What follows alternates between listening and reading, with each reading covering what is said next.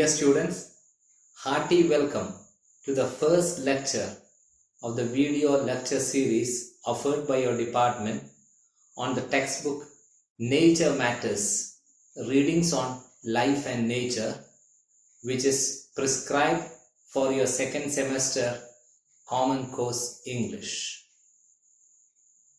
In this lecture, I'll be talking about the first lesson, which is basically an introductory lesson of the textbook titled Environmental Studies. Before we go into the discussion of the lesson, please deliberate on why this book or Environmental Studies is prescribed for you. You have studied this right from your primary school days. Then you may wonder why again the same discipline, the same subject, the same topic you have to study in your college days also. The UGC is very particular that environmental studies be part of the curriculum in college also, because there is a lack of proper environmental consciousness among the students.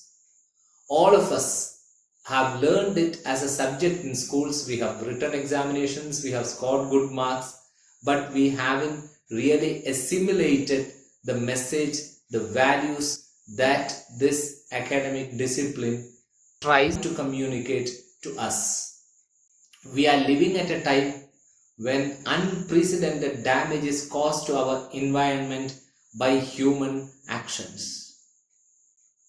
And the contents of this book, the essays, the short stories, the poems, and the adaptation of the one-act play, all these are of great relevance as far as the student community is concerned. Now let us go to the lesson.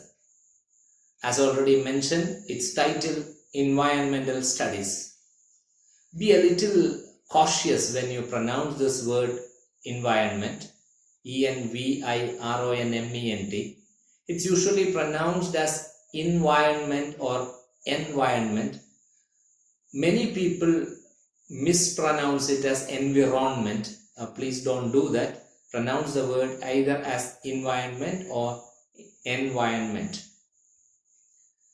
This lesson is divided into three segments, discussing three different aspects of this discipline called environmental studies. It discusses the definition, the scope, and the importance of environmental studies. The discussion should begin with the notion of environment. What constitutes environment? To put it generally, to put it simply, it is the surroundings, it is the context in which an organism lives and operates.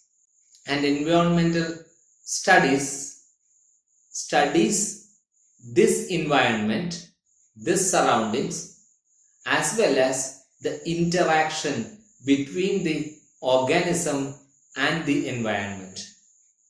More precisely, it's a branch of learning, or it's a discipline that studies the relationship between the human species and the impact of the interventions that the human species makes upon its environment. It is not a standalone discipline, rather it is a multidisciplinary area of study where we find linkages with different branches of learning, which we will discuss right now. It is also considered as an applied science because it addresses certain issues faced by the human species as well as by the environment, and tries to find out solutions to these issues. I have mentioned that it is a multidisciplinary area of study. And there are different components as far as environmental studies is concerned.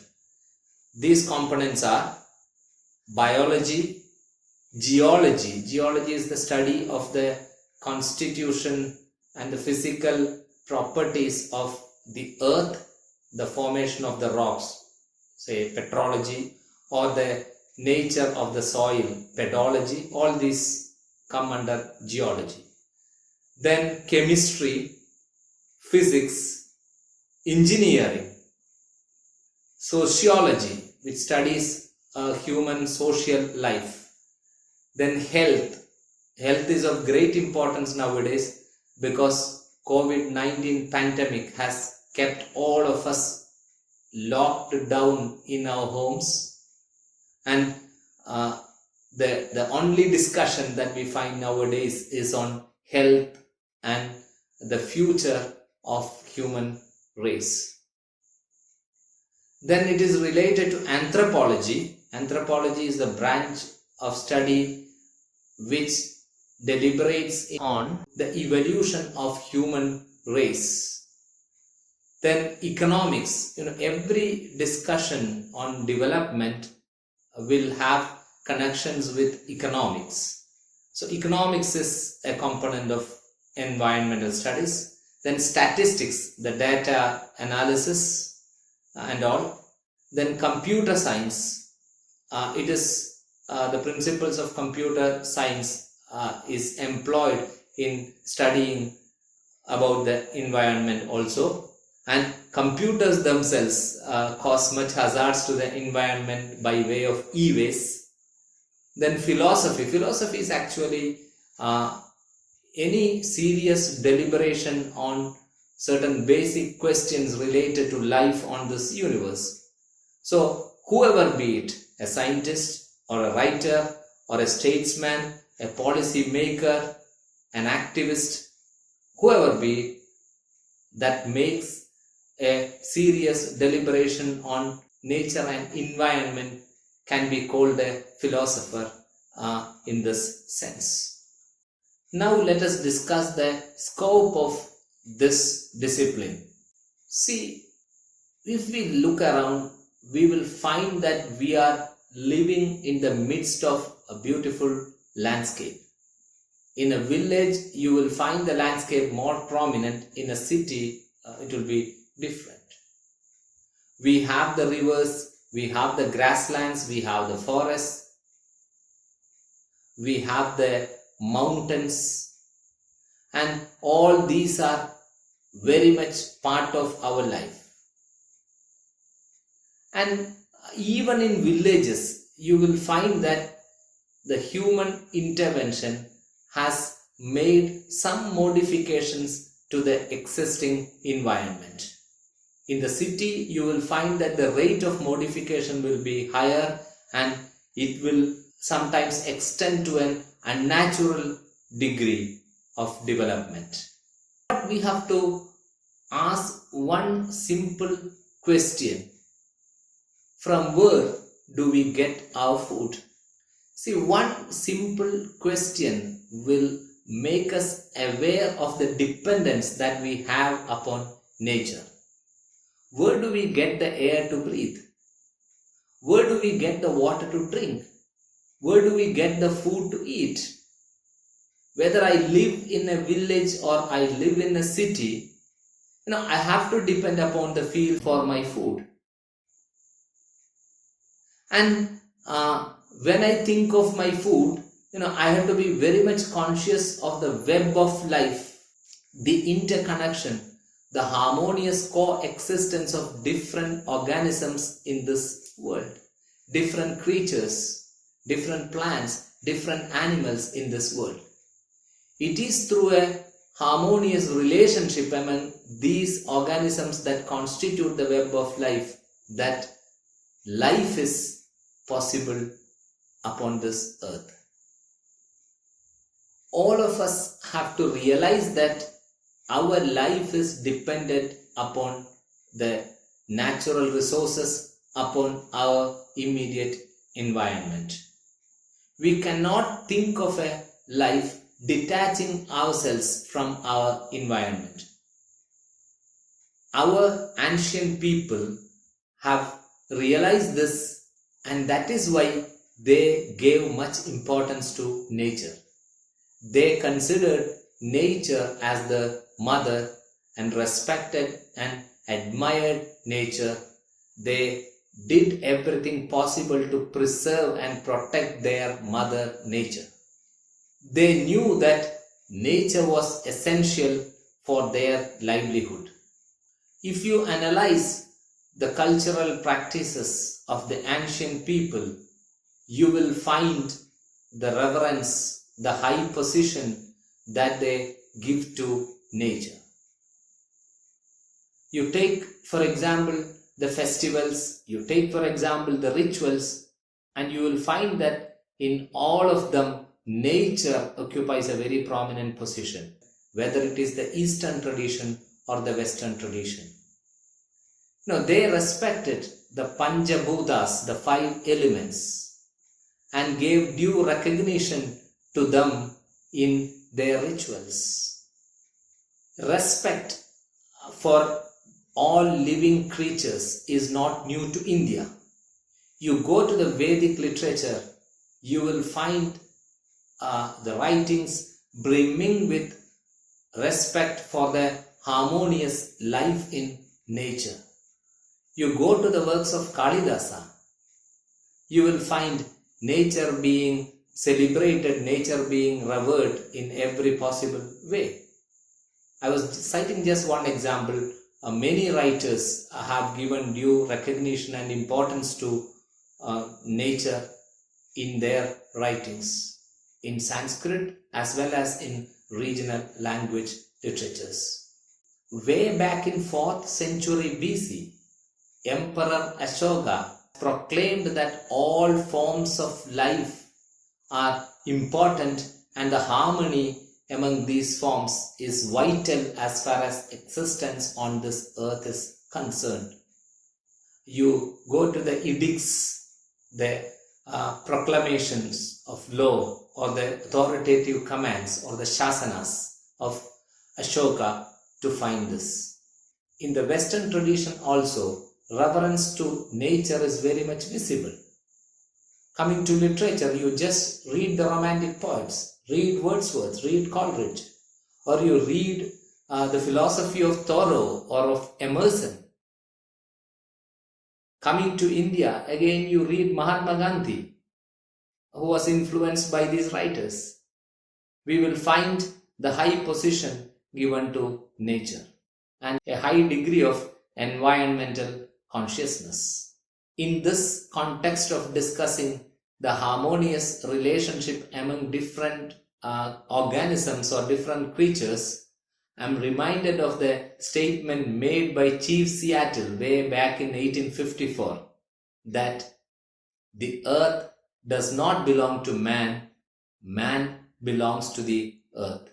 So as we have discussed, human beings have been maintaining this umbilical relationship, this close bondage with nature. But industrialization or the emergence of innovative technology has turned the table upside down. Technological innovation has become instrumental in the large-scale destruction of nature and natural resources. When population increases, naturally the demand for resources also will increase. But here we have been destroying the earth at an alarmingly greater pace. And it is mentioned in the essay that all these started happening just 200 years back. This period, 200 years, reminds me of the age of the earth and the age of human species upon this earth. See, our earth is estimated to be 454 crore years old. and the human species had a very brief, short stay here. The human species is only just 2 lakh years old here upon this earth. See, there was a creature, the gigantic dinosaurs, which lived on this earth for over 1750 lakh years. And see, we human beings have been living only for 2 lakh years. But we are destroying the earth more than any other creature ever did. We have been using fertilizers and pesticides for agriculture. We have been constructing huge dams. We have been rearing livestock for overconsumption. And we have been destroying nature in every possible way. The improvements or the technological interventions in agriculture as well as in industry led to economic progress. The economic indicators have improved a lot, but the damage happened to nature, the damage it caused to nature is irreparable. The essay then speaks about the different types of natural resources that we find in our environment and that we make use of for sustaining ourselves and for ensuring better quality of life for us. Normally, natural resources are classified into 2 categories. One is renewable resources, the other is non-renewable resources. Renewable resources means when we use these resources, they are not exhausted, they are regenerated, they are recuperated, or they are renewed. For example, water. Every monsoon will give us fresh stock of water. Solar energy, wind energy, tidal energy, and wood also are brought under the head renewable resources. On the other hand, non-renewable resources are not renewed or recuperated, or they are renewed or recuperated at a lower pace when compared to the consumption of these resources. For example, fossil fuels, petroleum, oil, etc., minerals, metals, etc. are non-renewable resources. And we have to be very, very cautious about using non-renewable resources, because once they are exhausted, they are gone forever. The damage that we cause to our environment will have multiple effects. See, for example, when we cut down a tree, which is very easy now with the modern machinery, you can cut down a tree in 30 seconds, whereas the tree has taken 100 or 200 years to grow to that size and stature. So when we cut down a tree, or when we make a clean sweep of an entire forest, we think that we are cutting down a tree or we are just wiping off a forest. So a forest resource is lost, only the trees are lost. That is how we perceive it. But actually what happens is, forests, the roots of the trees of the forest, they serve as a sponge to retain the water balance of the earth. They hold water during the monsoon season and release water slowly and steadily when rain is gone. So what will happen when the forest is not there? During monsoon, we will have floods, and maybe 2 or 3 months after the monsoon, we will have to face drought because water is not sufficiently retained in the soil. The essay then makes a discussion about the concept of sustainable development. Actually, sustainable development is a notion of development which meets which aims at meeting the developmental goals of the present without depriving the future generation of the resources for their development. We are growing, we are developing, at the same time we leave the resources, at least part of the resources, for the next generation to use and grow. And a wonderful analogy is brought in to explain this sustainable utilization of resources or sustainable development. See, we deposit money in banks for which we get interest. So, nature has deposited the money for us, that is the natural resources. If we use the principal amount, we may not be able to use it for long. Whereas if we decide to thrive on, sustain on the interest amount only, we will be able to use the money for a longer period. So is the case with natural resources also. If we decide to use only a part of the natural resources, we will be able to sustain for long. Then there is a wonderful activity given in the textbook. I will read from the text. Take any article that you use in daily life, a bucket full of water, or an item of food, a table, or a book. Trace its components, journey backwards from your home to their origins as natural resources in our environment. How many of these components are renewable resources and how many non-renewable? A very, very wonderful exercise, because we never think, I have a book in my hand right now. I never think about the origin of this book. What are the components that went into the making of this book, say papers, and from where did the papers come, or ink, from where did the ink come? I never think of it. So this is an exercise which will help us introspect into the utilization of natural resources. The next point of discussion in the lesson is the sustainable utilization of resources. We know that population is increasing and there will be a shortage for natural resources to support the human beings or the entire population.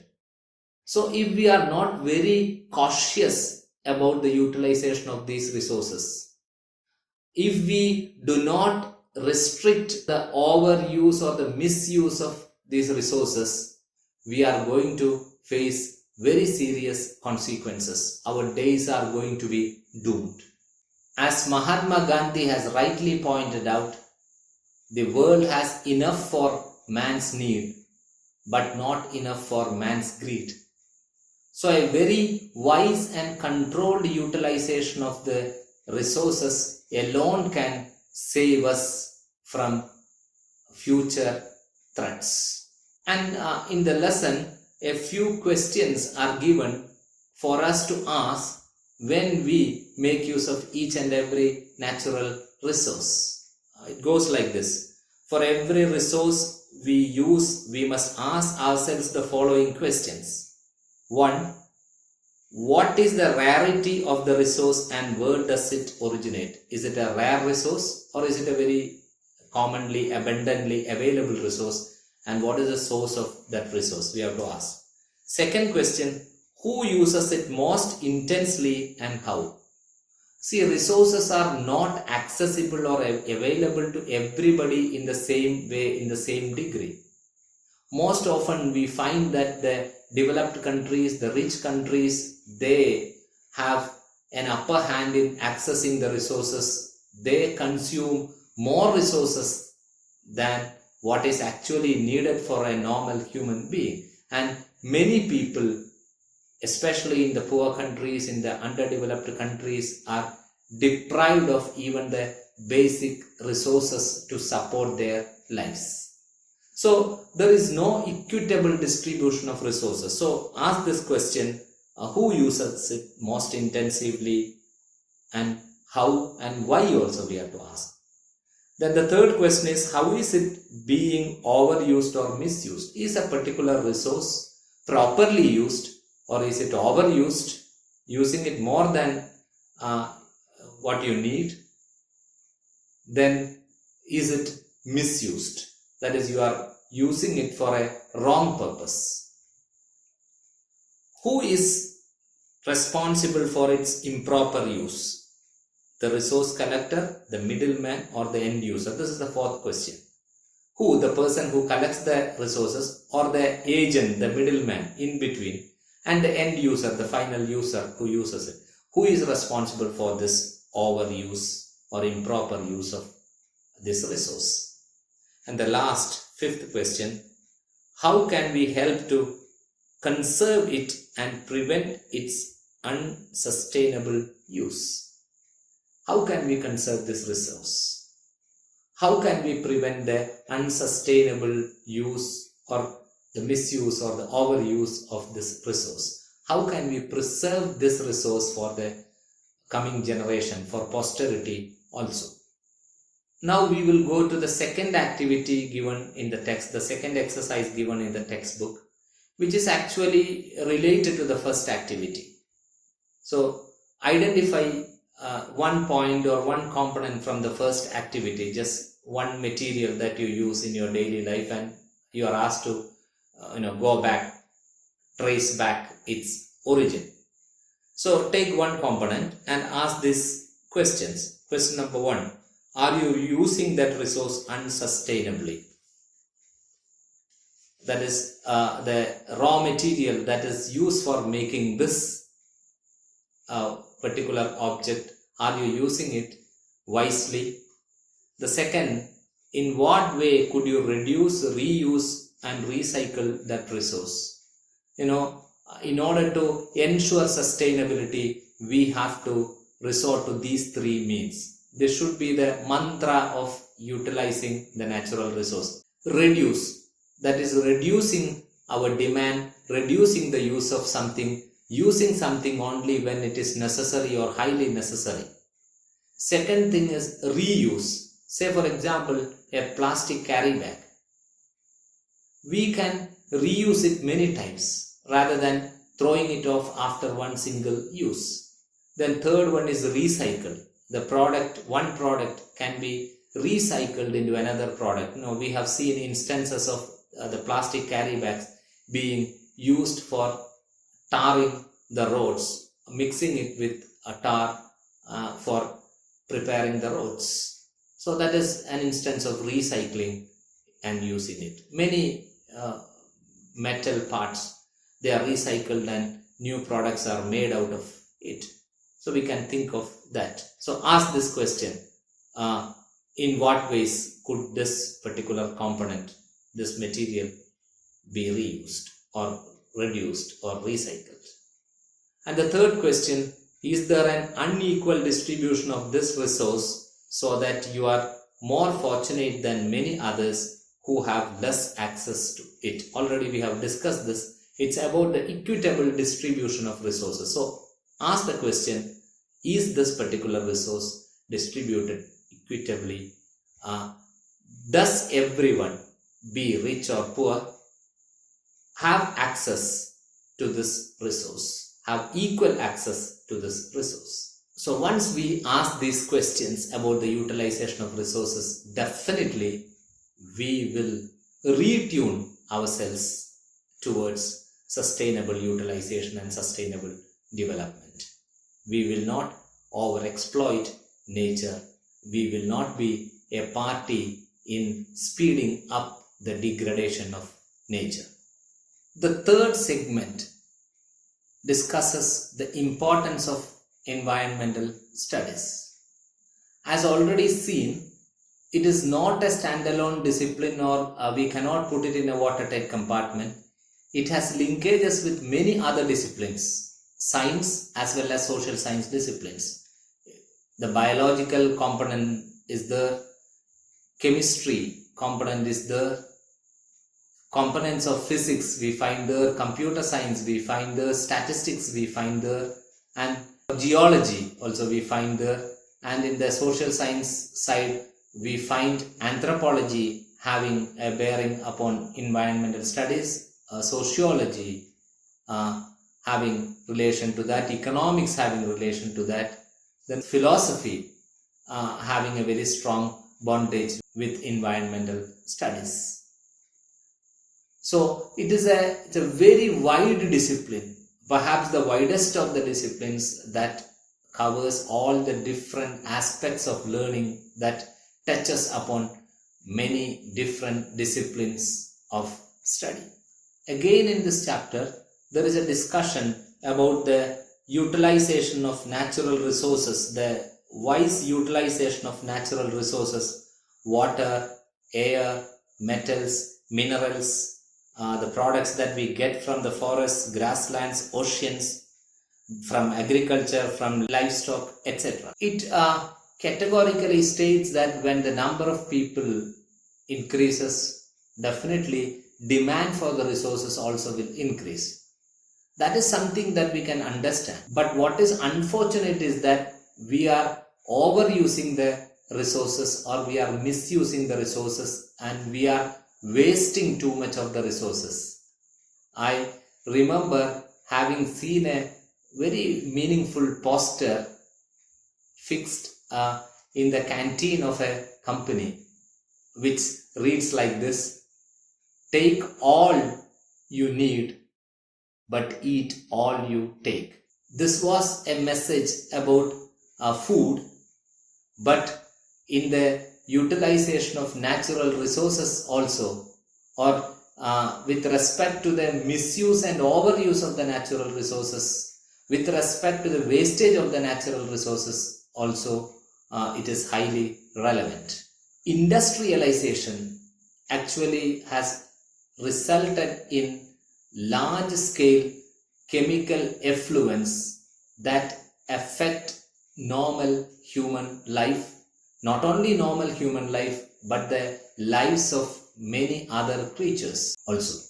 Our soil is polluted, our water bodies are polluted, our air is polluted because of the chemical effluents. Industrialization is very important as far as development is concerned. But if we do it in an indiscreet way without much forethought, that will lead to the destruction of nature, that will lead to calamities and disasters of different kinds. Air pollution causes respiratory complaints. Water pollution causes gastrointestinal complaints.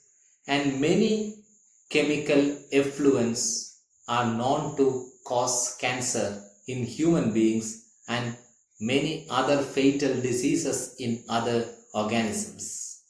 The essay concludes with an exhortation to all of us to take up the individual responsibility of preserving nature, to contribute our own share in the great mission of conserving nature. See, governments have their own role to play, but governments or governmental policies and policy implementations alone cannot save our planet Earth. Every individual has a moral, social responsibility to preserve the planet. Every small action that we do is important as far as our environment is concerned. When we do an action, we have to ask whether it is detrimental, whether it is harmful to the environment. We have to resort to the controlled and wise utilization of natural resources. We should never overuse or misuse natural resources. You may study this lesson and write the answers in the examination. That is fine.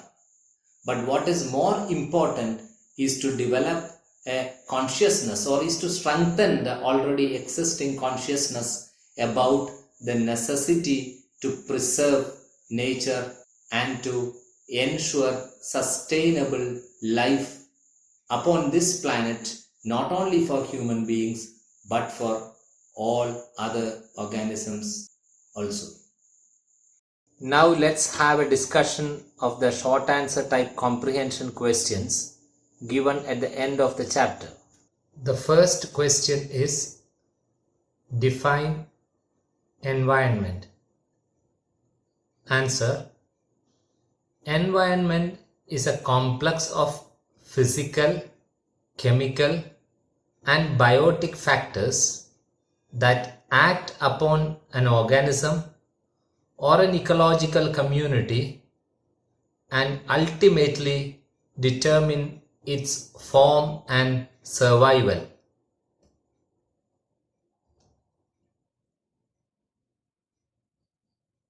The second question: what is environmental studies? Environmental studies is an extensive and systematic study of nature or environment and of its physical, biological, social, and cultural factors, and the nature and characteristics of the relationship between human beings and their environment. Question number 3. How do we traditionally refer to our environment? Why? Answer: we traditionally refer to our environment as Mother Nature. We have been respecting nature just as we respect our mother, because nature is the source of our life and sustenance. The fourth question is, what changes have happened in our world in the last 200 years? Answer: in the last 200 years, modern societies have begun to believe that easy answers to the question of producing more resources can be provided by means of technological innovations. Question number 5. What are natural resources? Natural resources are the resources that are provided by nature. Example: air, water, soil, minerals, timber, etc. Question number 6. Define non-renewable resources. Non-renewable resources are substances that are being used up more quickly than they can replace themselves. Their supply is finite. Example: fossil fuels, minerals, metal ores, etc. The 7th question is, give examples of renewable and non-renewable resources.